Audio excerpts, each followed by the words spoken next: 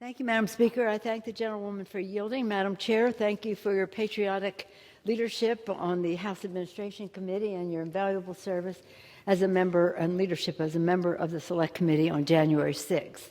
I thank you for yielding, but I more importantly thank you for bringing this important legislation to the fore. I salute your leadership and that of Congresswoman Liz Cheney, Vice Chair of the January 6th Committee, a principled and courageous voice for freedom in our country.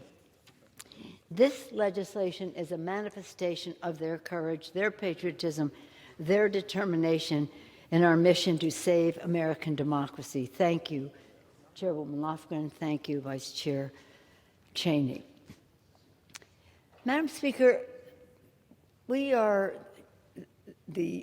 really the beneficiaries of such greatness in our country's history.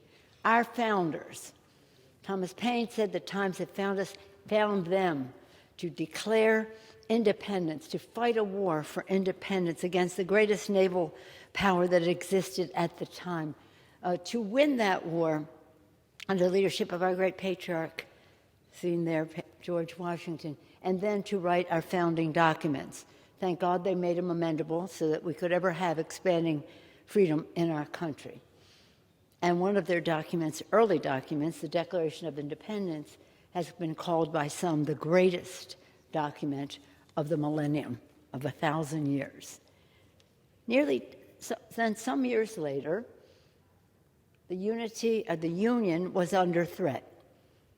Abraham Lincoln, this is long before he was president, Abraham Lincoln delivered a stark warning about the state of our Union. Speaking in Springfield in 1839, more than 2 decades before the Civil War, he diagnosed a dangerous erosion of our democracy. He said this: there were pillars of the Temple of Liberty, Lincoln said, referring to the generations of Americans who fought for independence and served as living proof of the importance of democracy. He continued, now that they have crumbled away, that temple must fall unless we, their descendants, supply their places with other pillars.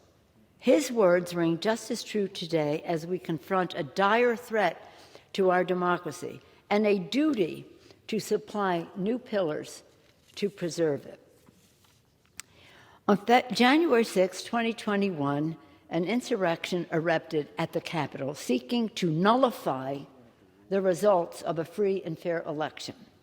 This was a direct assault not only on the Capitol, but on our Constitution, on the rule of law, and on democracy itself.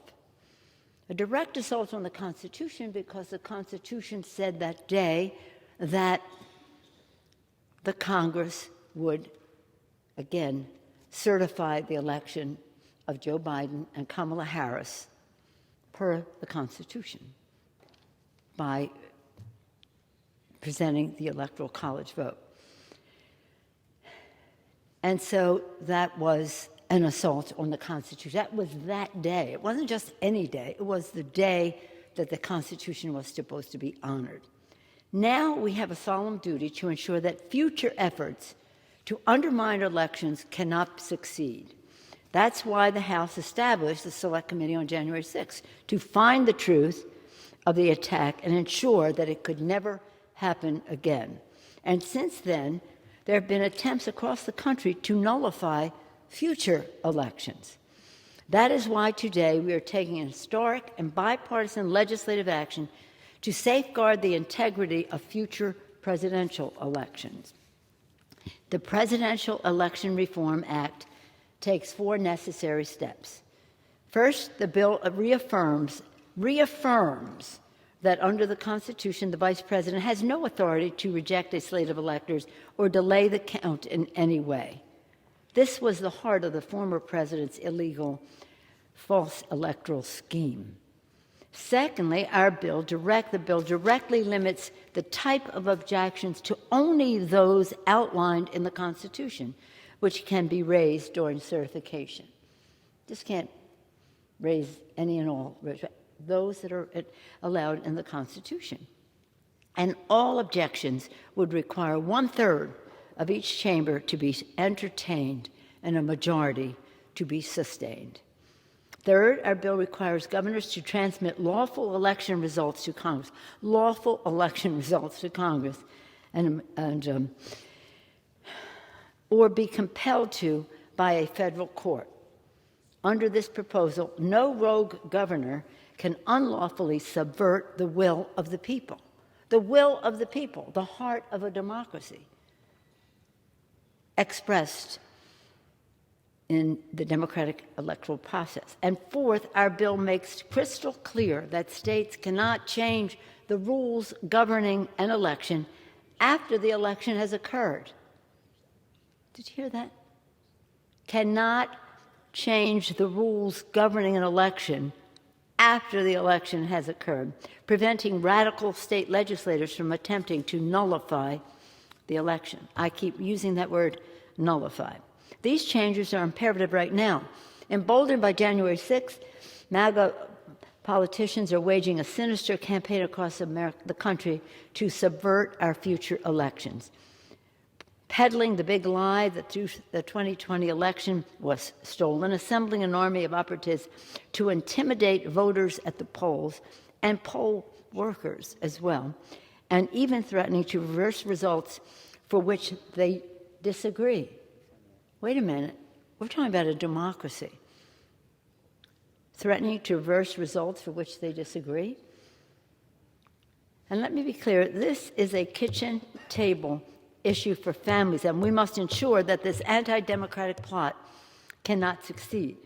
It's a kitchen table issue because denying the American people their fundamental freedom to choose their own leaders denies them their voice in the policies we pursue, and those policies can make an immense difference in their everyday lives. Top of which we have a responsibility. We take an oath to protect and defend the Constitution of the United States. This legislation is in furtherance of honoring that oath of office, so that our children, our grandchildren, future generations know that they live in a great democracy that cannot be undermined for a political reason. Madam Speaker, every member knows that the January 6th was an attempt to subvert democracy, but many across the aisle refused to admit the truth. They refused to admit the truth that very night, with blood on the floor, glass on the floor, and all the rest, and we came in to honor our constitutional responsibility. Overwhelmingly, others on the other side of the aisle voted not to accept the results of the people in the election. And now House Republican leaders are whipping against this necessary measure. To all those who oppose this legislation, I ask you, how could anyone vote against free and fair elections, a cornerstone of our Constitution? How could anyone vote against our founders' vision, placing power in the hands of the people? How could anyone vote against their own constituents, allowing radical politicians to rip away their say in our democracy? Decades after Lincoln's stark warning, the future he foretold, a crumbling of the pillars of democracy, came to pass with a civil war. And 1 year into the horror and devastation, President Lincoln called on the Congress to come together to save the Union. In his message, he wrote, this is now he's president, "We shall nobly save or merely lose the last best hope on earth. We hold the power and bear the responsibility." Lincoln, "We shall nobly save or merely lose the last best hope of earth. We hold the power and bear the responsibility."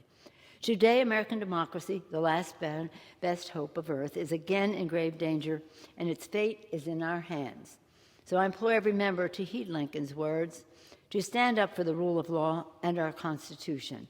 And in doing so, we pass on a vibrant democracy for generations to come. America, the beacon of hope in the world, this building, a symbol, a temple of democracy, synonymous with freedom and democracy through the world, which was assaulted but we must correct.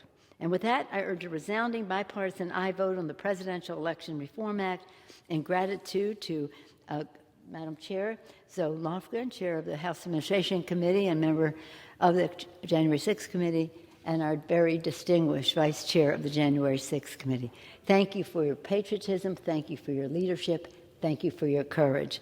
I urge you, aye vote and yield back the balance of my time.